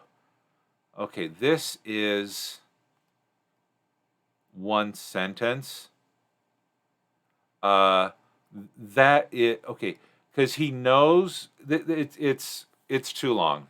It's a run-on sentence that needs to be broken up because he knows something here. Yeah, you can fix it. Yeah, grind, possibly. But see, this is good information to know because he needs to grind oat and wheat. He knows how to grind oats and wheat. The fact that he can make bread and flapjacks, uh, that gives me more knowledge about it because um, because this isn't a kid from downtown New York who has never seen wheat that wasn't already bred or something like that. So this is good. As Eldrick entered the kitchen through the back door, he froze, a sudden cold sweat trickling down his neck and back. Staring longingly at the back of Sebastian made him weak in the knees. Wanting nothing more than to go up behind and wrap his arms around the dragon was deliciously terrifying.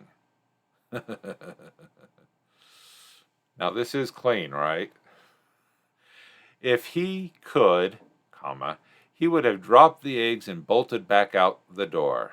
Ah, okay, out the door. His tongue felt like it was swelling in his mouth and drying out at the same time, while the glacier water ran down his spine, freezing his enthusiasm for the day. Sebastian's scales glistened in the light as the candles giving him an otherworldly appearance. Thoughts of how Sebastian was too good for his humble self. There could not possibly be a chance that his advances would be accepted or his feelings returned. Opening his mouth to greet Sebastian, found his mouth as dry as a desert, with his tongue glued to the roof of his mouth. Of course, this only made Eldrick more nervous and self-conscious. He couldn't speak. All he could do was stand and stare like some love-struck fool, which he realized was exactly what he was. He doubted there was any way he could convincingly retreat with any dignity. What would Sebastian think if he caught me staring at him? With great effort, he pulled his eyes off the magnificent frame of his adore. That's fun. Okay, who can relate with Eldrick? Raise your hands. All right, yeah, good here. Remind me to talk about POV in a second. Let's talk about that now. Okay, here, paragraph 1, Sebastian. It's Sebastian's point of view. Paragraph 2, Eldrick's point of view. Traditionally, in current fiction, it is a limited third-person point of view, meaning everything happens from a specific point of view. If Sebastian didn't empirically experience something, he doesn't know about it. Sebastian can't know Eldrick's feelings. And the same, Eldrick here, it's a very good description. Some sentences are a little long, but this is an excellent description, very evocative for the level of steam that we're talking about here. This is good, but we jumped from Sebastian's point of view and went clear over to Eldrick's point of view. Usually, we stay longer in one person's point of view, so that it's depending on the genre. YA is usually only one person's point of view. New adult, you can get more points of view in there. Epic fantasy, everybody and their dog has a point of view, but it's within a specific scene or a specific chapter that it's related to. So I think I've mentioned I like the writing, good descriptions, but it's that jumping, because I was all ready to, get in Sebastian, but then we jumped over to Eldrick. Okay. I brought the eggs from the hen house. Oh. There is omniscient point of view where head hopping is allowed. However, that's not as commonly used today. That was more popular in the 70s and 80s with older fictions. Okay. I brought the eggs from the hen house, said Eldrick, stumbling over the words as if they obstacles meant to make him fall on his as he placed the basket of eggs on the edge of the table. He misjudged where the table was, and the basket, catching just the edge, flipped over, launching the eggs across the room. Hearing Eldrick's voice, Sebastian turned to see the eggs flying across the room as the basket flipped off the table. The bright crimson of Eldrick's face told a different story. He appeared so mortified that there was nothing that could possibly allow him to recover any sense of equilibrium. His legs just gave out as if made of jelly, and Eldrick crashed to the floor in an unceremonious heap, tears streaming from his eyes. Racks of uncontrollable sobs escaped his lips, and it appeared almost like he was trying to crawl under the floor. Okay, so if you are trying to emulate the writers from that time period, that's fine. And that it just needs to be a conscious choice that you make. Yeah.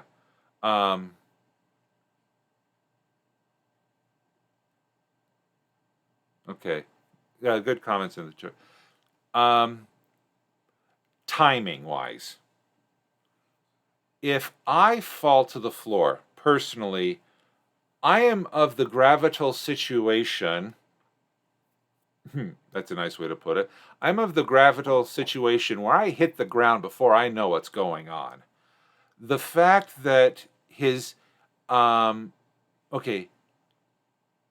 tears were streaming from his eyes and he was uncontrollably sobbing that fast is a surprise to me. I mean, if he's in an unceremonious heap, you might think of, what's your initial, if you fell down, what's your initial reaction? It's, ow. Not, oh my gosh, Sebastian just saw me fall down. So it's just giving time for Eldrick to react in a believable manner. But like he was trying to crawl under the floor, yeah, that's started. Yeah, tears starting to creep from, or his eyes moistened. He fought back the tears of embarrassment. Yeah, something like that. Everything I say is my opinion only, and you can take it or leave it. Do not feel obligated whatsoever to take any suggestion that I make. I should have said that disclaimer at the beginning. Seeing the anguish written plainly across his face, Sebastian dropped what he was doing and rushed over to comfort Eldrick, knowing there was nothing he wouldn't do for him no matter what the cost. He had to make sure Eldrick didn't lose all composure and run out into the wilderness, at least not without him. He was not going to let Eldrick suffer through whatever it was that was causing him such pain without at least trying to ease his burden. In a rush, he was beside Eldrick and trying to console him. Okay, yeah. Are they dragons, but are they humanoid dragons? Are they dragonborn? Again, I don't know. Well, I do know that now. The backs of his... Well, he has a back. He has... Eldrick has knees. Yeah, but... So Eldrick is human. Sebastian is a dragon. Okay.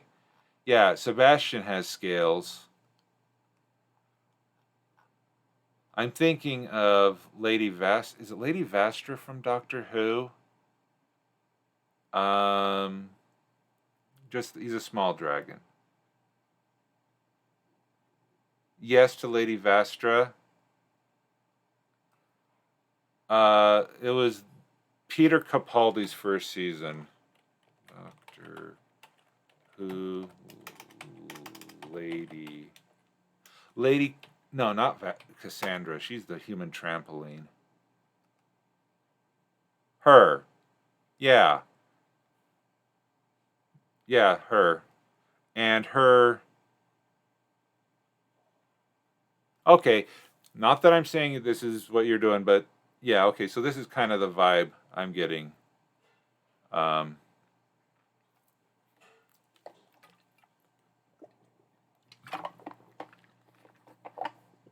Not quite.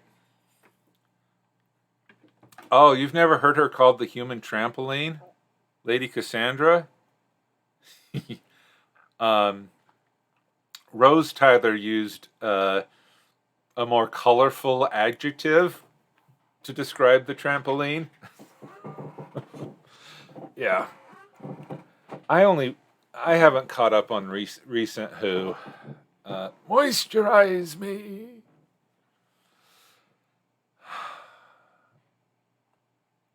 Okay. Cardinians. Ultimate form. Okay. No, wait. We're down here. Okay. To console him. Hey, hey, easy there. A few eggs are not worth crying over. But it's not that. Oh, why can't I speak? You must think me such a clumsy, inarticulate clod. If you even knew what I was thinking, wouldn't be here holding me. I am nothing more than some backcountry bumpkin with no more education than I have been able to gain under Sergey's tutelage. Even there, I can't keep my mind on my work. It just keeps wandering away with me dreaming of things which could never be. There can't be a single thing about me that is worth a clipped copper coin. In fact, I don't even have 2 coppers to rub together, and likely never will. Look around this place. This all belongs to my master, and I couldn't even dream of owning anything so grand, no matter what I did. And his family carved this place out of the wilderness by themselves. I don't have any kind of skill like that. If Sergey hadn't taken me in, I would probably be living out of the street or dead by now. Out is the street, out in the street. This winter has been hard enough to kill pretty much anyone who wasn't prepared for it. I dream of things I know can never be. Okay, I like the sentiment. I like the exploration of his feelings. I like the background. However, he can't even walk in and put eggs on the table because he's so flustered by Sebastian's presence. That is a whole lot of being articulate there. That is a whole lot of information that he is able to share. But yeah, I like what I'm reading. I like knowing this about him. I just don't know if he could actually get that out and say that while cradled in Sebastian's arms, because Sebastian is there beside him trying to console him. If he's the gobsmacked, love-struck youth that I'm reading him as, I don't know if he could say all of that. And yeah, maybe break it into different sections, one piece at a time. Yeah. But see, again, I like what you're saying. I like learning about him. There just may be a better way to get that across. Okay. Now just hold on a moment, Sebastian. Okay, once he started talking, he couldn't stop, just ended up spewing out. Okay, yeah, all right. That is okay, that's good information to know. I would still break this up. If he is, does he ever stand up at a point? Does he try to clean up the eggs? Does he try to do, I mean, if his mind is going 1,000,000 miles an hour, if this is the character, I imagine, I'm not trying to dictate what he's like, but what if personally, if my mind if my mouth is going 1,000,000 miles an hour without my brain attached, usually my fingers and arms are going along with my mouth. Yeah, thinking he should shut up but can't. Something he's practiced in his head and it's sort of belted out, but yeah. Yeah, see, the information and the voice is good. It's just a big block. Now just hold on a moment, Sebastian interrupted him. How can you say that? You are mastering everything Sergei has been teaching you with such alacrity that I find myself beggared to imagine how you do it. I spent hours in my room trying to get through the few tomes he has offered me to read. There is no way I could keep up to you. Sergei chose you for his apprentice because he saw potential. Do you think he would choose just anyone? He has set standards for himself that are near on impossible to meet, and yet you meet them and honestly. I think you have surpassed those very standards. He is pushing you because he knows you can take it. Truth be told, I would hate to see you push yourself harder than you are, for I fear that you may destroy yourself if you do, and that is not something that I could deal with. Okay, again, really long sentences here. You're missing some quotation points, quotation marks. I think all this underlined stuff should be in quotes. And unlike the narrative portion of the prose or internal dialogue, you really need to speak it out, because some of these sentences I can't get out in one breath. And if you can't get it out in one breath, you need to start throwing in some commas and some periods to break that out. And what is he doing at this time? If they're as much of a couple as they both want to be but are afraid to be? Oh, it's telepathy? Oh. I think I think I would have said the same thing. Because even though they're speaking telepathically to each other, I, as the reader, am not getting that mind meld telepathy. Because is that what the underline means? Is that's the telepathic communication? Because he's a dragon, he can't vocalize as what he's talking about. Because okay, so hey, there's okay, so this is underlined up here as well. So that means okay, you're using underline to say as an indication of of brain talking. He's not practiced with verbal speech. Okay, that's good to know. However, I still would try to keep it in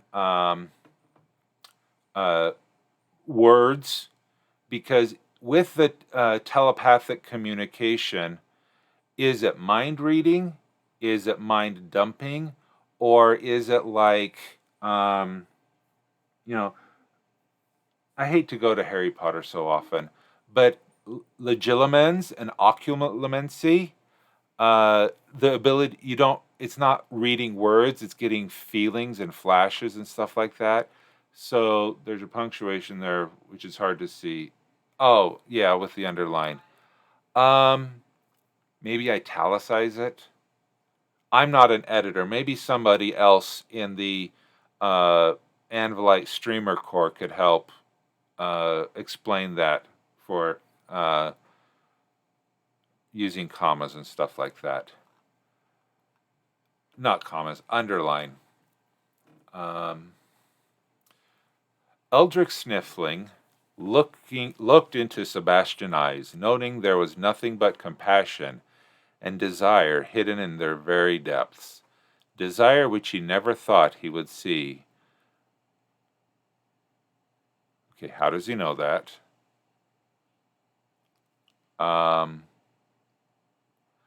Those deep blue eyes like glassy sapphires drew him in deeper and deeper, so deep he began to fear he would lose himself in those eyes. Then, with a sudden realization, he knew he didn't care if he did. Nothing would tear him away from the precious being who has shown him, with just a few words, a caress, and a look so intense that he felt the same way. Wiping his eyes with the back of his sleeve, a smile started to creep over his face. He leaned in closer to his protector and soulmate, the musky dragon smell arousing other desires. Slowly he lifted his face to peer closer at Sebastian, and started to lean in when his lips were unexpectedly met by lips that were not draconic, but human. When realization overcame him that he was being held by a naked human male, where moments before there had been a dragon. Without so much as a care, he embraced this person and pulled him closer, vowing never to let him go.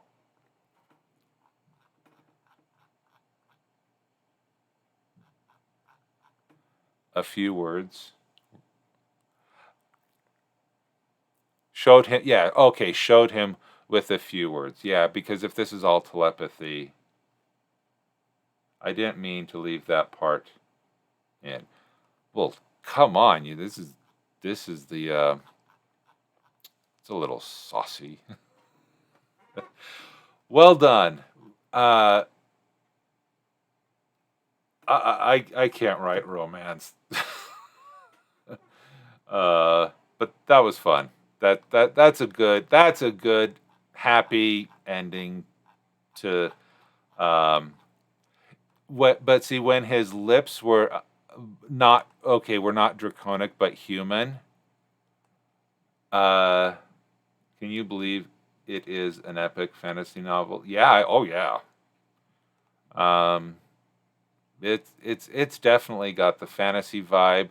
I am glad that you, at the beginning of this, you talked about the form or transforming into a human, and that he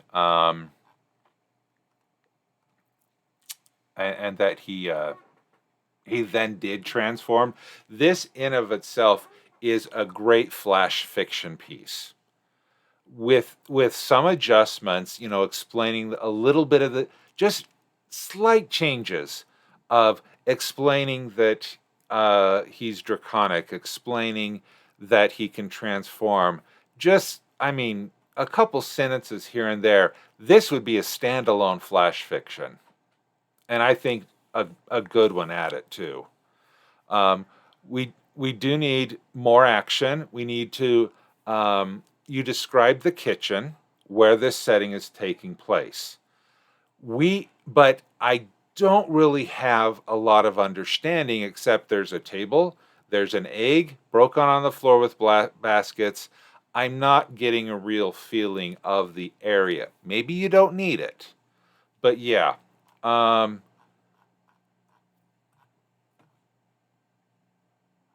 know it's a farm. I know there's a winter, but yeah. I am of the opinion that every chapter needs to be a good short story. That's my opinion. And this section that we have here, it introduced the characters, there was tension, there was a build-up, and there was a climax, and there was a resolution. Yeah, great job. Okay, I am 15 minutes over. So, those of you who are still here, thank you so much for being here. And if you want to see more of this, Yes, Danny, it was a very good arc. A small arc, but still a good arc. And there's a change from the beginning to the end. If nothing changes from the beginning of a scene to the end of the scene, why is the scene there? This was a definite advancement in the relationship between these two characters, and we saw more of that. So yes, it was a good arc. Okay, this is the Lemon live fiction critique for 3,000 lemons. And so if you like this kind of stuff and you want to receive a critique by that from me and from those who are in the chat providing their comments, this is how we'll do it. And while I do want to focus heavily on World Anvil critiques to help people with that challenge, this is the kind of stuff that I want to do after July is over. This is the stuff that I want to do. Okay, this is also still my rough draft from NaNoWrimo 2019. This is the world that I'm working on for summer camp. Great. 2,130 more lemons. Well, Robert, you're just going to have to hang out with us a lot more. All right. Okay, thank you so much for everyone for joining me tonight. I'm having a blast. Now, tomorrow is Sunday. I don't stream on Sundays. It's my day off, but I will be back here Monday night. And remember that Monday, I lost the Anvil stream record. Let me get back here. Raindrop, short plug for raindrop.io, my favorite bookmark manager for all of that. Remember that Monday is the 20th, and that we are having a summer camp gold, prompts number 20 to 23. What I do even at 9 p.m. Eastern. Sorry. Yeah, prompts number 20 through 30 will be released Monday in the evening. And, well, it's noon my time. And then I will hopefully be caught up. Maybe I probably won't be caught up. I don't know what's going to happen. I really don't want to do work off of the stream. I want to be have a communal experience. But regardless, we have a raid to do. And remember, the cheer is Lemon Raid. And so when you get over there to WD Michael, give a shout out of Lemon Raid in the chat to let him know that we're there to support him. And I haven't finished drawing the emotes yet. I'm working on it.